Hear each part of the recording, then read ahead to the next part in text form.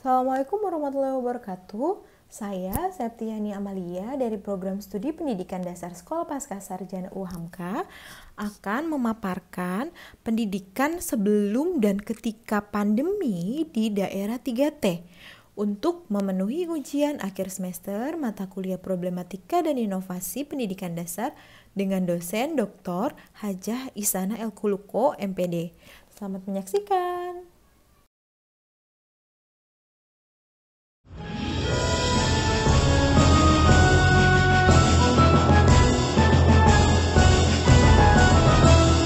Sabang sampai Merauke berjajar pulau-pulau, sambung menyambung menjadi satu. Itulah Indonesia, Indonesia tanah airku. Aku berjanji padamu menjunjung tanah airku, tanah airku Indonesia.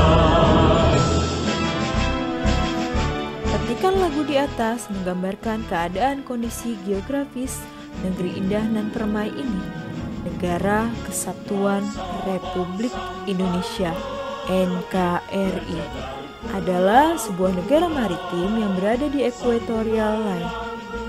Indonesia, nama sebuah negara kepulauan yang memiliki luas 9 juta kilometer persegi, di mana 75% wilayahnya berupa lautan. Pulaunya membentang dari ujung utara sampai selatan, dari bagian paling barat sampai paling timur. Indonesia memiliki garis pantai yang panjangnya 81 km. Dengan kondisi seperti ini, membuktikan bahwa Indonesia adalah sebuah negara besar. NKRI dengan wilayah yang luas dan secara geografis maupun sosiokultural sangat heterogen. Pada beberapa wilayah penyelenggaraan pendidikan masih terdapat berbagai permasalahan, terutama pada daerah yang tergolong terdepan, terluar, dan tertinggal, atau kita sebut dengan 3T.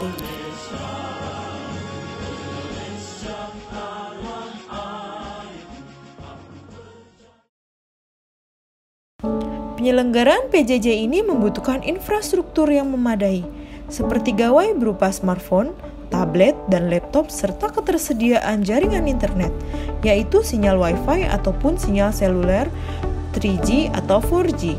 Siswa yang tinggal di daerah yang telah tersedia akses internet dan memiliki salah satu gawai tersebut dapat mengikuti PJJ sebagaimana yang diharapkan.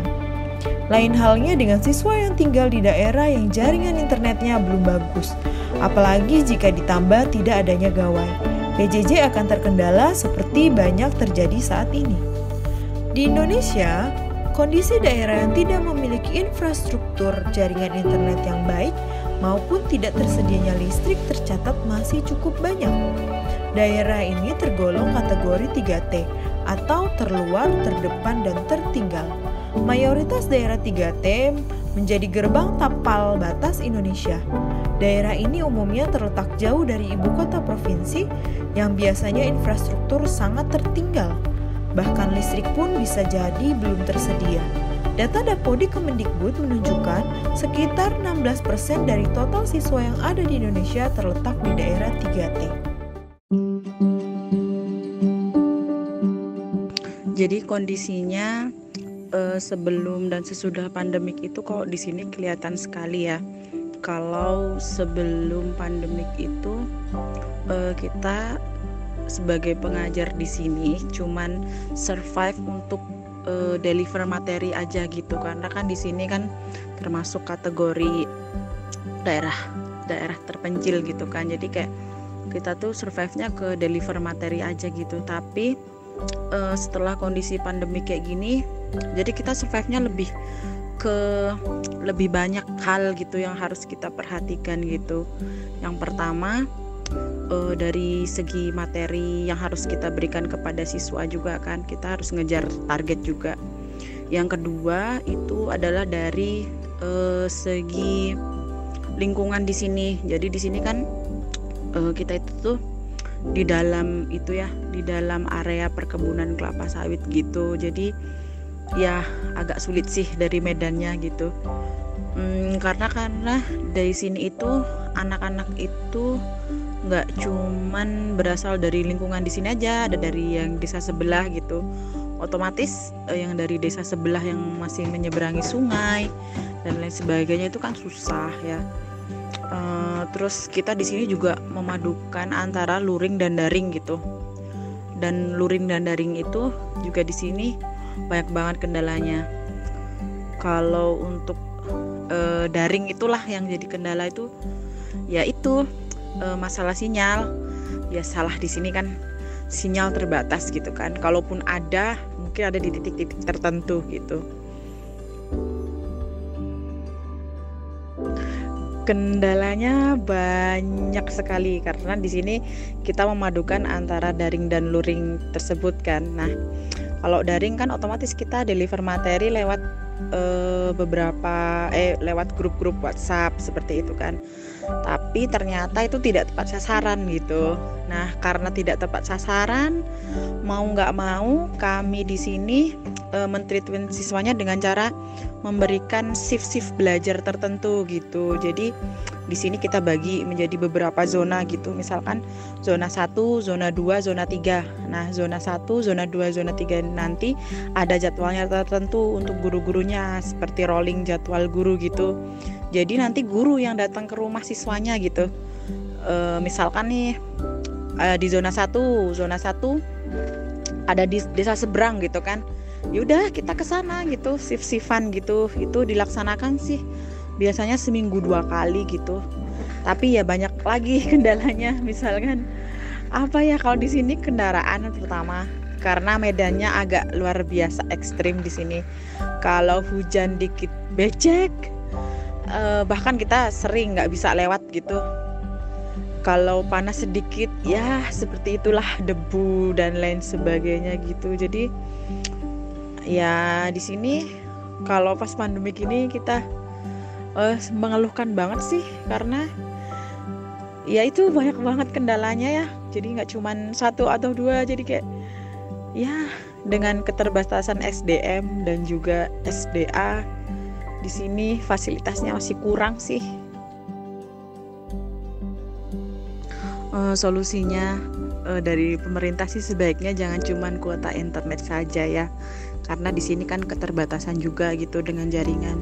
Jadi mendingan lebih baik distribusi buku itu sepertinya kalau di sini lebih efisien daripada pemberian kuota gratis itu kalau khusus untuk di daerah tertinggal seperti di sini ya. Jadi buku lebih penting sih.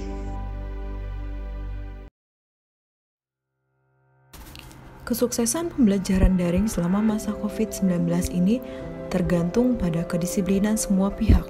Oleh karena itu, pihak sekolah atau madrasah atau perguruan tinggi perlu membuat skema dengan menyusun manajemen yang baik dalam mengatur sistem pembelajaran daring. Hal ini dilakukan dengan membuat jadwal yang sistematis, terstruktur, dan simpel untuk memudahkan komunikasi antar orang tua dengan lembaga pendidikan agar putra-putrinya yang belajar di rumah dapat terpantau secara efektif. Dikutip dari laman suyanto.id, secara garis besar pengajuan alternatif solusi pada perbedaan kondisi daerah 3T bermuara pada 3 hal, yaitu 1. Alternatif solusi 1, gawai dilengkapi dengan bahan pembelajaran tanpa akses internet atau secara luring. Kemudian, sumber daya listrik portable, misalnya tenaga surya, tenaga manusia kayu, dan tenaga angin. 2. Alternatif solusi 2, gawai dilengkapi dengan bahan pembelajaran tanpa akses internet atau secara luring. Kemudian, daerah 3T dapat dikembangkan untuk PJJ. 3. Alternatif solusi 3, tersedianya bahan pembelajaran pada gawai masing-masing siswa. Tersedianya akses internet, dapat melakukan pengunduhan dokumen bahan ajar tambahan, dan dapat melakukan ujian online walaupun masih terbatas. Sarana prasarana menjadi sesuatu yang sangat penting dalam pembelajaran peserta didik di tengah pandemi COVID-19. mengingat tidak sedikit peserta didik yang kesulitan untuk membeli pulsa data, mengakses saluran televisi sebagai media pembelajaran, serta mengakses internet karena kualitas sinyal yang kurang memadai untuk mendukung sistem pembelajaran online.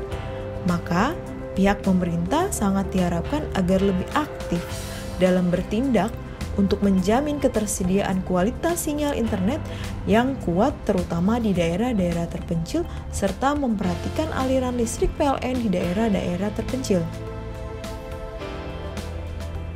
Dan jika metode pembelajaran online akan dijadikan sebagai basis pola pembelajaran dalam sistem pendidikan di Indonesia, maka pemerintah terlebih dahulu menyiapkan secara matang tenaga kependidikan yang handal.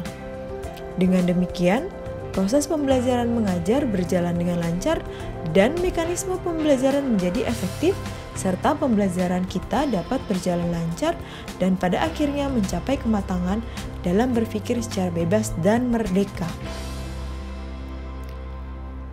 Terima kasih. Wassalamualaikum warahmatullahi wabarakatuh. Tetap sehat dan tetap semangat.